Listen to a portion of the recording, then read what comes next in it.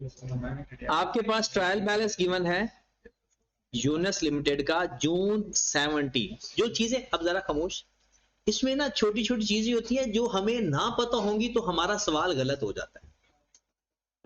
उसमें सबसे बड़ी चीज होती है डेट का ख्याल रखना। लिखा हुआ है पीपीई आपको गिवन है, रिसीवेबल, ऑफिस का रेंट, ओपनिंग स्टॉक, टैक्स उसने एडवांस दिया हुआ है। अच्छा, इसके बारे में कुछ लोग ना गलत परसेप्शन कर लेते हैं। एडवांस टैक्स जब हमारा फॉर द ईयर टैक्स निकलता है ना, उसमें से माइनस करते हैं, बट करंट लायबिलिटी में लिखते वक्त एक्सपेंस पूरा लिखना है। अक्सर स्टूडेंट क्या करते हैं, माइनस करके एक्सपेंस में लिखते हैं और जाकर अमाउंट वहां पर लिख देते हैं। ऐसा नहीं, क्योंकि देखिए अक्रूवल कॉन्सेप्ट होता है। टैक्स फॉर द ईयर में क्या आना है, सारा टैक्स जितना बनता है। लायबिलिटी में कितना आना है, जितना पे कर दिया माइनस करके जो बाकी बचेगा वो लायबिलिटी होगी। तो एडवांस टैक्स जब हम गिवन होगा तो टैक्स जब लायबिलिटी लिखने लगेंगे, अगर आपकी कोई लायबिलिटी नहीं है तो एडवांस टैक्स आपका एसेट बन जाएगा। वरना अगर आपकी लायबिलिटी बनती है, एक्सपेंस में पूरी अमाउंट जाएगी, लायबिलिटी लिखते वक्त जितना एडवांस है वो हम माइनस करके लिखें। Cash and bank purchase, selling expense, admin expense, financial charges, share capital, unappropriated profit, bank loan 5%, trade payable, accumulated depreciation. बहुत जबरदस्त बात लिखी हुई है, जून 17, और हमारा ईयर एंड क्या है, इसका मतलब है इस साल की डेप्रिसिएशन वो ले भी चुका है और रिकॉर्ड भी कर चुका है, जहां जहां करनी है। आगे बढ़ते हैं, और सेल्स गिवन है। उसके बाद पहली एडजस्टमेंट, और पहले ही खूबसूरत एडजस्टमेंट, आइए 16। 1 जुलाई 16, engine of delivery vehicle truck seized was replaced at a cost of ₹2 million on the next day. For ₹1.2 million was paid in cash, whereas the remaining amount adjusted against the trade in value of the seized engine. मतलब समझ लगा, पुराना engine ले रहे हैं, दे रहे हैं, नया इंजन ले रहे हैं। नया इंजन की कीमत है 2 मिलियन, 1.2 मिलियन हमने उसको पैसे दिए, कैश पे किया, बाकी के बदले पुराना इंजन दिया। तो पता है पुराना इंजन कितने में दिया, 0.8 मिलियन में। आगे बढ़े फिर, the payment was charge to selling expense, ये ज्यादती है। उसने पेमेंट सेलिंग एक्सपेंस में लिख दी, वहां से निकाल देंगे और एसेट के अंदर हम ना इसकी एंट्री पास कर लेंगे। Delivery truck was purchased on 1 जुलाई 2010। वो जो डिलीवरी ट्रक है ना जिसका इंजन आपने चेंज किया है, वो कब खरीदा था, the cost of delivery truck is 5 million, जिसमें 1 मिलियन का इंजन था। मतलब कॉस्ट कितनी थी टोटल उसकी, 5 मिलियन। हमें पूरी कॉस्ट से गर्ज नहीं, हमें सिर्फ इंजन से गर्ज है। Delivery truck are depreciated over the useful life 10 year. वो तो सारा कुछ कर चुका है, क्या उसकी डेप्रिसिएशन गलत है, बिल्कुल गलत है। उसने जो डेप्रिसिएशन चार्ज की होगी गलत है, क्योंकि उसके अंदर तो नया एसेट ऐड ही नहीं किया उसने। अब हम क्या करते हैं, सबसे पहले जो गलत एंट्री उसने पास किया ना उसको देखते हैं। उसने एंट्री पास की selling expense debit cash credit, ये उसकी एंट्री है। 1.2 को मैं 1000 में लिख रहा हूं 1200, ये उसने एंट्री पास की है, डन। ओरिजिनल एंट्री क्या बनती थी, ओरिजिनल एंट्री बनती थी न्यू इंजन डेबिट 2000 से 2 मिलियन, मतलब ओल्ड इंजन क्रेडिट, ये एक्सचेंज का केस पड़ा है ना, 1000 से कैश कितना दिया 1200, जो 1.2 दिया जो उसने सेलिंग एक्सपेंस में लिख दिया। फिर उसके बाद अक्यूमुलेटेड डेप्रिसिएशन भी हमें चाहिए होगी, वो यहां से फाइंड हो जाएगी। 1 जुलाई 2010 को एसेट खरीदा, 1/7/2016 तक बताओ कितना टाइम हो चुका है उसको, 11, 12, 13, 14, 15, 16, 6 साल की उसकी डेप्रिसिएशन लेनी है हमने, 10 साल उसकी लाइफ है। 1000 डिवाइडेड बाय 10 मल्टीप्लाइड बाय 6, कितना 600। उसकी एक्यूमुलेटेड डेप्रिसिएशन आ चुकी है 600। ये सही वाली एंट्री बनती है। अब गेन आ रहा है या लॉस, कितने का? ये मेरे भाई रॉन्ग एंट्री है और ये आपकी करेक्ट एंट्री है। अब आपका फाइनल अकाउंट में इसमें ना दोनों सवाल की प्रैक्टिस आई कि आपने करवाई हुई है। पिछले सवाल के अंदर डेप्रिसिएशन नहीं ली हुई थी उसने, और इस सवाल के अंदर वो डेप्रिसिएशन ले चुका है। अब देखिए ये काम आप कर सकते थे मेरे ख्याल में, वो कर क्या चुका है और करना क्या था। अब अगर आप फोकस करो सबसे पहले कैश के ऊपर, कैश क्रेडिट करना था उसने भी किया हुआ है, इसका मतलब इसका कोई एरर नहीं हो, कैश आपका बिल्कुल ठीक है। सेलिंग एक्सपेंस गलत है जी, उसको जाकर सेलिंग एक्सपेंस में से माइनस कर देंगे जी। जहां भी सेलिंग, अपने बुक के ऊपर लिख लो, जहां सेलिंग एक्सपेंस है वहां से 1200 माइनस कर, मतलब आपके पास सेलिंग एक्सपेंस पड़े होंगे ना, वहां पर 1200 माइनस हो जाएगा सेलिंग एक्सपेंस इसमें से जी। आगे बढ़ते हैं। फिर देखो पीपीई के अंदर ऐड करूंगा, पीपी के अंदर ऐड करूंगा, एक्यूमुलेटेड डिडक्शन के अंदर माइनस करूंगा, पीपी के अंदर माइनस करूंगा, अदर इनकम के अंदर ऐड करूंगा।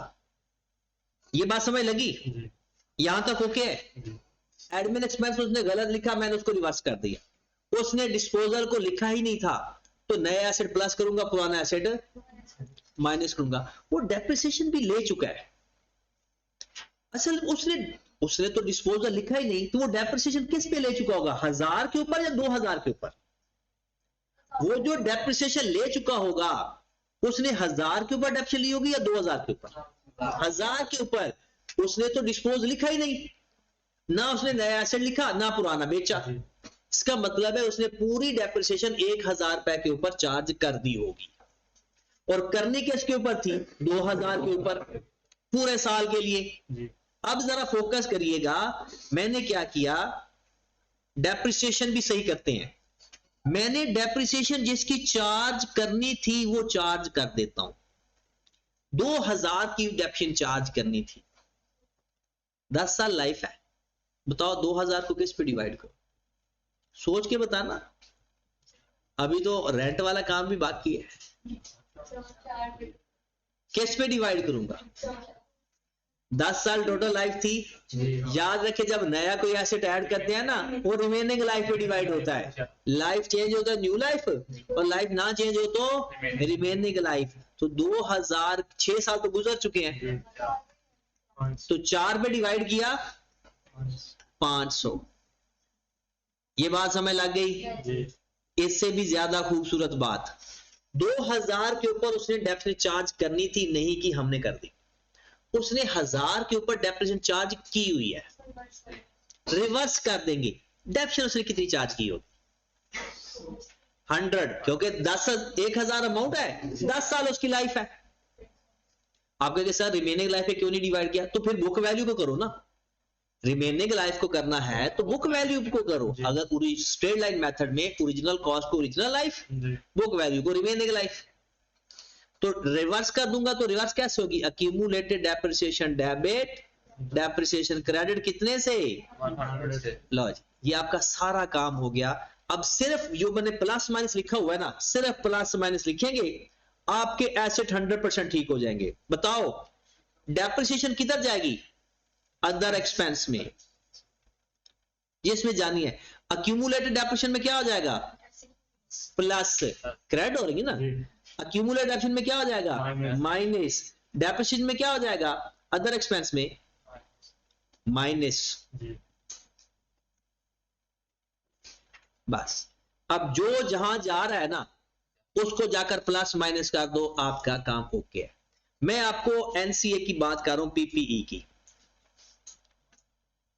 बताओ जरा, आपको ओरिजिनल पीपीए कितने गिवन है क्वेश्चन के अंदर, सवाल में बताओ आप 200,000। अब पूरे सवाल के अंदर जहां जहां पीपी डेबिट हो रहा है प्लस कर दो, जहां जहां क्रेडिट हो रहा है माइनस कर। हाँ जी, 2000 से प्लस हो रहा है, 1000 से माइनस हो रहा है। बताओ इसके अलावा कहीं पीपीई डेबिट या क्रेडिट हो रहा है, तो टोटल कितना आ गया 201। फिर अक्यूमुलेटेड डेप्रिसिएशन पे आ जाओ, कितनी गिवन है क्वेश्चन के अंदर 1 लाख, और जहां अक्यूमुलेटेड डेबिट हो रही है माइनस करते जाओ, और जहां क्रेडिट हो रही है प्लस करते जाओ। माइनस कर दो 600, प्लस कर दो 500, माइनस कर दो 100। चलो जी, ये आपकी अक्यूमुलेटेड डेप्रिसिएशन आ गई। ऐसा तब करेंगे अगर वो अक्यूमुलेटेड डेप्रिसिएशन चार्ज कर चुका था। अगर वो करता ही ना तो फिर तो हम शुरू में ऐसा ठीक कर लेते, बस डेप्रिसिएशन ही सही फाइंड कर लेते। कितनी अमाउंट आ रही है अक्यूमुलेटेड डेप्रिसिएशन 119800। चलो जी, इस 201,000 में से 119,800 माइनस कर दो, ये आपका बैलेंस आ जाएगा पीपीई के अंदर नॉन करंट एसेट का। कितनी अमाउंट आ गई,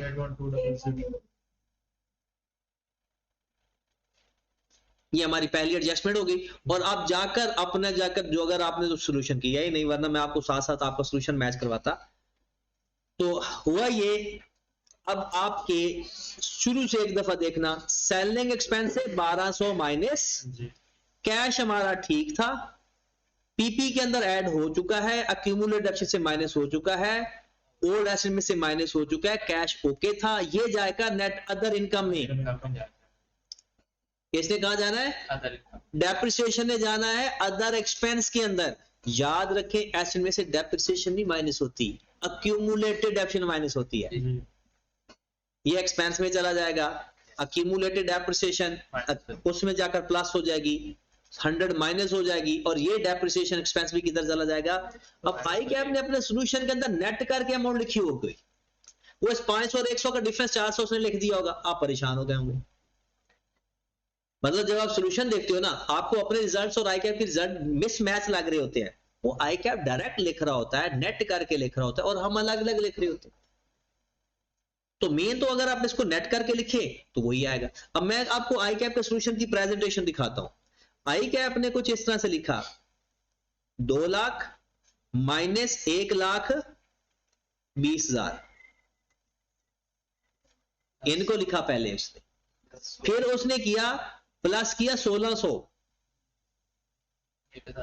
भला कौन सा 1,600 प्लस किया, ये और इसका नेट 400 क्यूमुलेटेड डेप्रिसिएशन और 2,000 एसेट, उनको नेट के 1,600, और इस 600 और इस 1,000 को उसने नेट करके माइनस कर दिया 400, और उसने आंसर निकाल लिया 81,200। अब आप इसको समझने की कोशिश करते रहते हो, आपका टाइम जाया हो रहा होता है। असल तो ये चीज थी समझने वाली।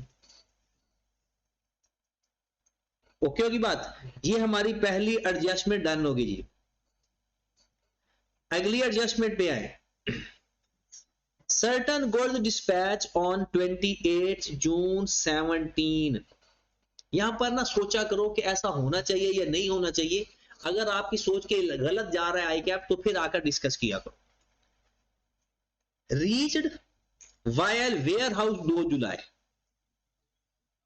28 जून को हमारी गुड्स डिस्पैच हो चुकी थी जहां से आनी थी, और 2 जुलाई को हमें मिली। अब प्रॉब्लम यह है गुड्स तो रास्ते में है। अब हम इसको अपनी गुड्स माने या ना माने, ये डिपेंड करता है risk and reward and control.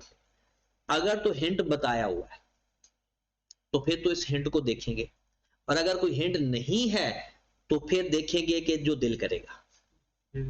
इसको या तो इग्नोर कर देंगे या फिर इसको अपनी गुड्स मान लेंगे। अगर हिंट ना हो तो अब आगे देखते हैं। Breakup of the amount paid against these goods is as follow. 20% आपने पहले ही एडवांस पे किया हुआ था, 20% एडवांस पे किया हुआ था, इसका मतलब है उसकी कीमत कोई और होगी। 500 को डिवाइड करेंगे 20 पे और 100 से 25 असल कीमत गुड्स की कितनी थी? 25 ठीक है। इंश्योरेंस इन ट्रांजिट पे की है, लो जी यहां से पता चल गया इंश्योरेंस हम करवा रहे हैं उसकी। इसका मतलब है रिस्क एंड रिवार्ड हमारा है क्योंकि पे हम कर रहे हैं। इंश्योरेंस इन ट्रांजिट बिल्कुल ठीक है। डिलीवरी चार्जेस 100 ये भी हम दे रहे हैं, तो ये चीज हमारी है। और किधर जाएगी? ये चली जाती है क्लोजिंग स्टॉक में जाकर प्लस हो जाए, क्लोजिंग स्टॉक में जाकर प्लस हो जाए, क्योंकि ये है हमारा स्टॉक बट रास्ते में है। ओके होगी बात? अच्छा, कुछ लोग कहते हैं सर इसको परचेज करें या ना।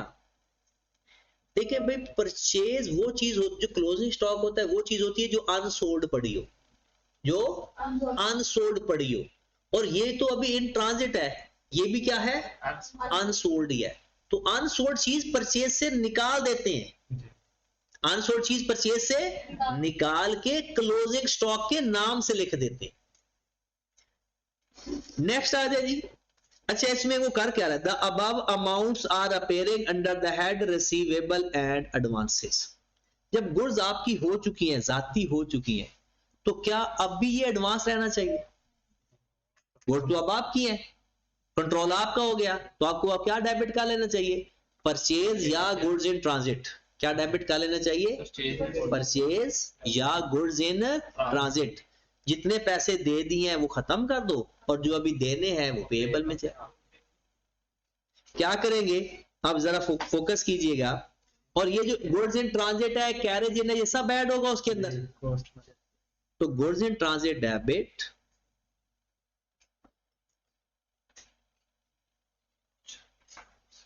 कितनी अमाउंट से? 2500 total, plus insurance in transit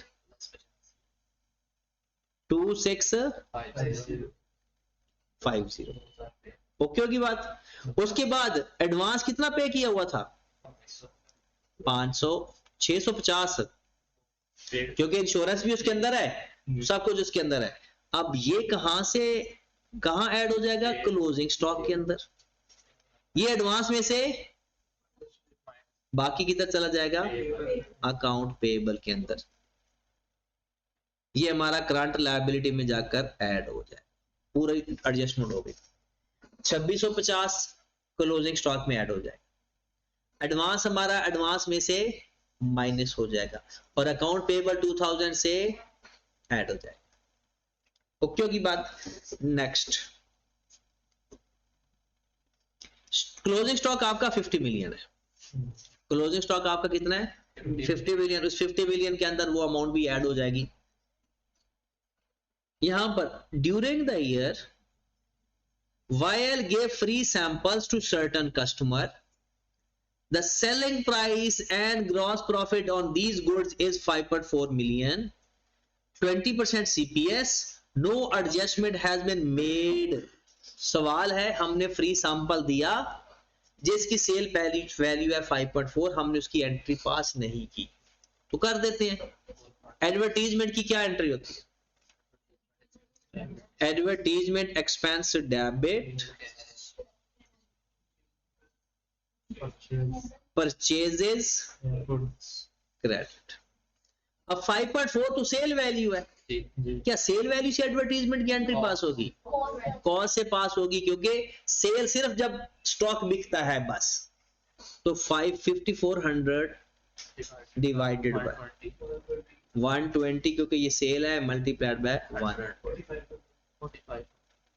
ये 4500 एक्सपेंस में जाकर ऐड हो जाएगा, और परचेजेस में से जाकर माइनस। रेंट आ गया।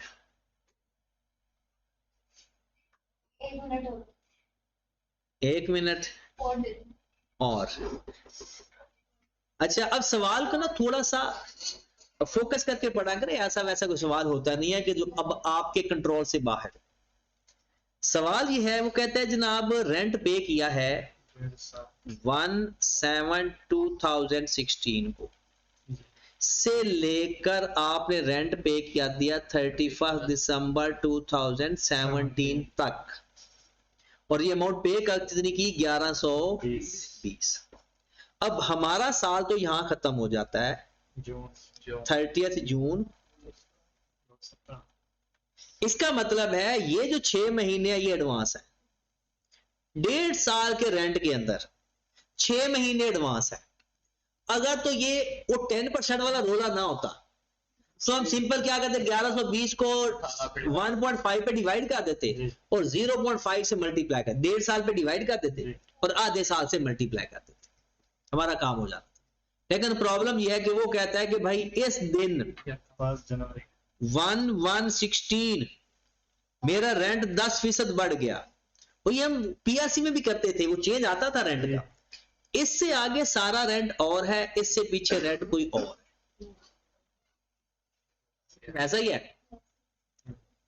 अब प्रॉब्लम एक और भी है, जो हमारा साल है वो भी मिक्सचर हो गया, आधा कोई और रेंट है, आधा कोई और रेंट है। 1120 टोटल 1.5 साल का रेंट है। अब जरा फोकस कीजिएगा। एक तो अगर आप कहते हो कि सर हमें सीपीएस थोड़ा समझा दे, मैं आपको सीपीएस बताने लगा हूं। मुझे ये बताओ कि मैंने लेट कर लिया 2016 के पूरे साल का रेंट, पिछले साल का 100 रुपए होता था। क्या होता था? 100 रुपए का। 2017 में ये रेंट हो जाएगा 10% बढ़ जाएगा, तो कितना हो जाएगा? 110। ओके, ये सीपीएस लगाने लगा हूं। पिछले साल रेंट कितना था 2016 में? 100। अब 10% बढ़ जाएगा 110। अब मुझे ये बताओ, ये जो 1120 है ये 2016 का पूरा साल है या 2017 का पूरा साल है? 17 का पूरा साल है। मतलब इस 1120 में एक ये रेंट पूरा शामिल है और इसके 6 महीने शामिल है। ये बात समझ आई है? पिछले 6 महीने हैं, एडवांस की बात नहीं कर रहा मैं, अभी रेंट की 10% की डिवीजन की बात कर रहा हूं। 1116 से लेकर पूरा साल, ये 1170 सॉरी 1170 से लेकर पूरा साल 110 रेंट रहा, उससे पिछले साल 100 था। लेकिन मुझे ये बताएं, इससे पीछे 6 महीने हैं और इससे आगे 1 साल। इसका मतलब है सीपीएस बनने लगा है। 100 का 50 आएगा 6 महीने और ये पूरा 100। टोटल रेंट कितना हो गया? 160। 1120 160 है, 110 है, ये 50 है। Given over given multiplied by required. जरा फाइंड तो करो, अभी भी फंसोगे। 1120 डिवाइडेड बाय 160 मल्टीप्लाइड बाय, अगर 110 करोगे तो कौन सा आएगा? 2017 का पूरे साल का 770। चले 110 के 700 और 2017 का तो 6 महीने का एडवांस है। 770 पूरे साल का है, या 55 से मल्टीप्लाई कर दो या 770 के 6 महीने निकाल लो, 385 एग्जैक्ट। देखिए कौन से 6 महीने एडवांस है? हमारा तो साल जून में खत्म हो जाएगा, 2017 के 6 महीने एडवांस है। तो 2017 का रेंट 100 के हिसाब से या 110 के हिसाब से? तो 110 के 6 महीने करो जरा, 55 आता है। तो बात समझ लगी? दोबारा समझा देता हूं। देखिए आपके पास जो 1.5 साल बनता है ना, उसके 3 हिस्से हैं। ये साल बन गया 1/7/16 से लेकर 1/1/17, फिर ये बन गया जून 17 और ये बन गया दिसंबर 17। कुछ इस तरह से 1.5 साल है। हमारा जो साल है वो ये हमारा साल है, ठीक है। और रेंट जो बड़ा है वो इस दिन से बड़ा है। ये जो रेड लाइन है ना, ये 10% ज्यादा रेंट की है। और हमारा साल जो है वो ब्लैक वाली लाइन है।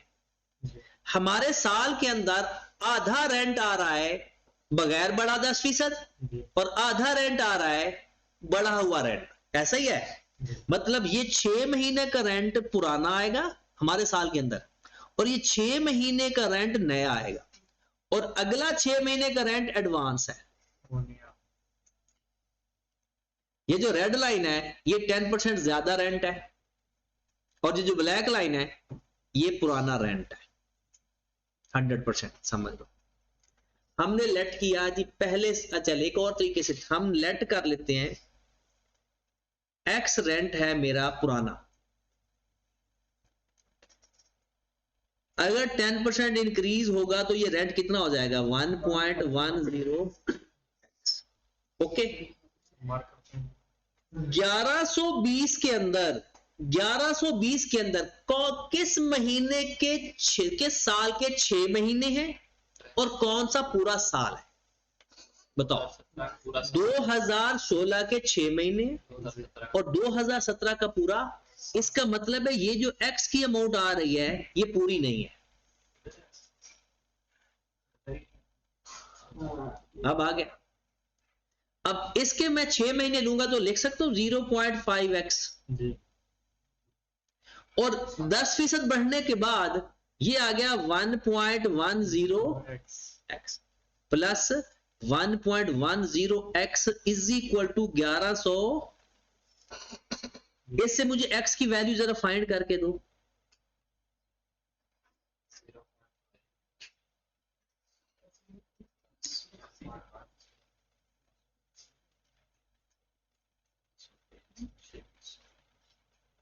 सात सौ। चल मुझे बताओ ये 700 मैंने x लेट किया था, कौन सा रेंट x किया था 10% बढ़ने के बाद या उससे पहले? पहले वाला। जब 10% ये बढ़ेगा ये हो जाएगा 770। पुराना रेंट होता था हमारा 700 के हिसाब से, नया रेंट आ गया 770 के हिसाब से। अब 1120 हमारा 1.5 साल का रेंट है। कौन सा 6 महीने का है और कौन सा पूरे साल का है? क्योंकि ये तो 700 पूरे साल का और 770 भी पूरे साल का है, लेकिन हमारे तो 1.5 साल है। इंक्रीमेंटल पूरे साल का है 10% और उससे पहले 6 महीने का है। अगर मैं अलग अलग करूं, इसका 350 मेरा एक्सपेंस है, इसमें से 385 मेरा एक्सपेंस है और इसमें से 385 मेरा एडवांस है। यह है आपका टोटल 1120। अब ये वाला एक्सपेंस में चला जाएगा और ये हमारा किस में चला जाएगा? और हमने सिर्फ क्या फाइंड कर लिया? प्रीपेड फाइंड कर लिया। 1120 में से माइनस करके उसको करंट एसेट में लिख। चलिए जी अभी पिक्चर बाकी है, अभी तो कुछ और भी है। ये हो गया आपका। ऊपर लिखा हुआ है, सुने, ऊपर लिखा हुआ है 1120 रेंट के नाम से और इस रेंट में 385 एडवांस है। यहां से माइनस कर देंगे और इसको कहां पर लिख देंगे? लास्ट। ये आज तो मुझे लगता है वैसे जंबो की बरसात है। वैसे सीएमए वालों को आंसर सही देना चाहिए क्योंकि वो ये परसेंटेज की गेम खेलते रहते हैं और उनको ये परसेंटेज आनी चाहिए। सुबह सुबह उठ के दही खाया करे। बैंक लोन वाज ऑब्टेन, ये भी बहुत अच्छी एडजस्टमेंट है। 1 जुलाई 15 बैंक लोन ऑब्टेन 1 जुलाई 15। ये याद रखें हमारा साल कौन सा है? 1716 से लेकर जून 17, ये है हमारा साल। 1716 से लेकर जून 17 ये है हमारा साल। अब लोन कब लिया भैया? 1715। प्रिंसिपल आपने 20 बराबर क्वार्टरली इंस्टॉलमेंट में पे करना है। 20 बराबर क्वार्टरली इंस्टॉलमेंट में पे करना है। डन। कब लिया लोन दोबारा बताएं? 1715। कितनी किस्तों में पे करना है? 20 बराबर किस्तों में। अब शुरू कब करने लगे हैं? The principal along with interest, मतलब जब वो किस्त पे करेंगे उसके साथ इंटरेस्ट भी पे करेंगे। Paid on the first day of the next quarter. First day of the next quarter. Done. इसका मतलब ये हुआ कि जो आखिरी क्वार्टर होगा ना, उसका एक इंटरेस्ट अभी पे नहीं हुआ होगा, क्योंकि उसने कब पे करना है? First day of the next quarter. जो जून 17 को क्वार्टर मेरा खत्म हो रहा होगा ना, उस 3 महीने का इंटरेस्ट अभी पेड नहीं होगा।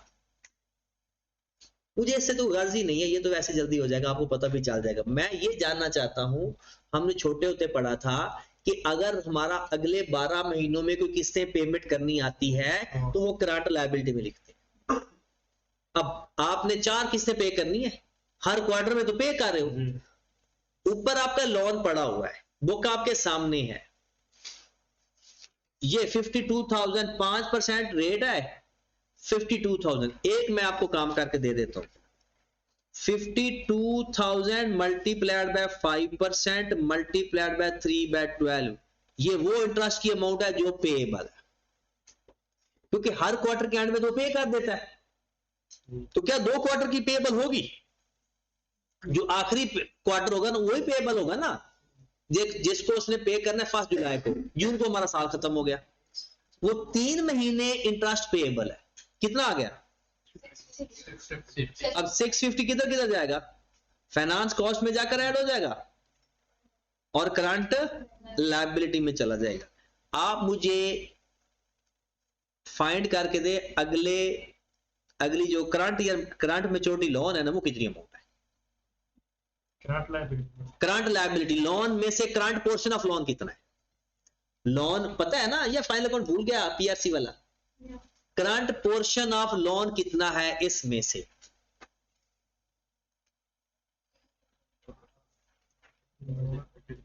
करंट पोर्शन ऑफ लोन, और ये सवाल पेपर में था, पीआरसी में भी एज इट इज नहीं है, उसमें सालाना किस्तें हैं, इसमें क्वार्टरली हैं।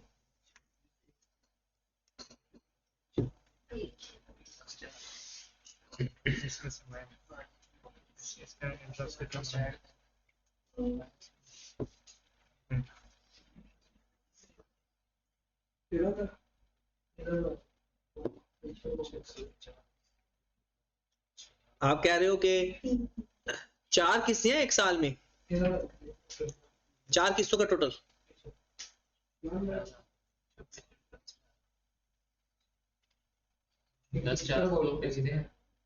650 इंटरेस्ट है, बाकी इंटरेस्ट तो पेमेंट में गिवन होगा। हमने सिर्फ 650 जाकर इंटरेस्ट में ऐड कर देना है और करंट लायबिलिटी में लिखना है, इंटरेस्ट के साथ और कोई छेड़खानी नहीं करनी। मेन आपने करंट लायबिलिटी बतानी है।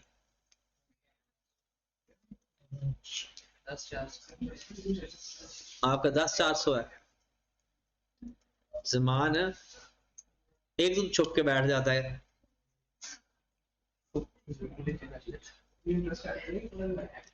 वो तो अलॉन्ग विद है ना, वो तो अलग है ना, वो तो करंट लायबिलिटी में लिखते हैं। वो तो सिंपल नॉर्मल इंटरेस्ट हमारे पास आ रहा है 650, क्योंकि जो लास्ट क्वार्टर का इंटरेस्ट है ना वो हमारा पेएबल है। बाकी हर क्वार्टर का जैसे किस्त पे करता था साथ उसका इंटरेस्ट भी पे कर देता था। ऊपर अगर आप देखो जाकर तो फाइनेंस 27 तो गिवन है, फाइनेंशियल चार्जेस जितना जितना इंटरेस्ट पहले बनता है वो पे कर चुका है। ठीक है, अब हमने देखना है कि अगली बात 4 क्वार्टर में 4 किस्तें आ रही हैं, वो कितनी बनती है, वो लिख देंगे करंट में और बाकी सारा लिख देंगे नॉन करंट। हाँ 10,400। अफीफ इंटरेस्ट के बगैर 10,400 नहीं, इंटरेस्ट तो 650 है। अच्छा जरा फोकस करें, ये पीआरसी में सवाल था, आपने लोन कब लिया? 1/7/15।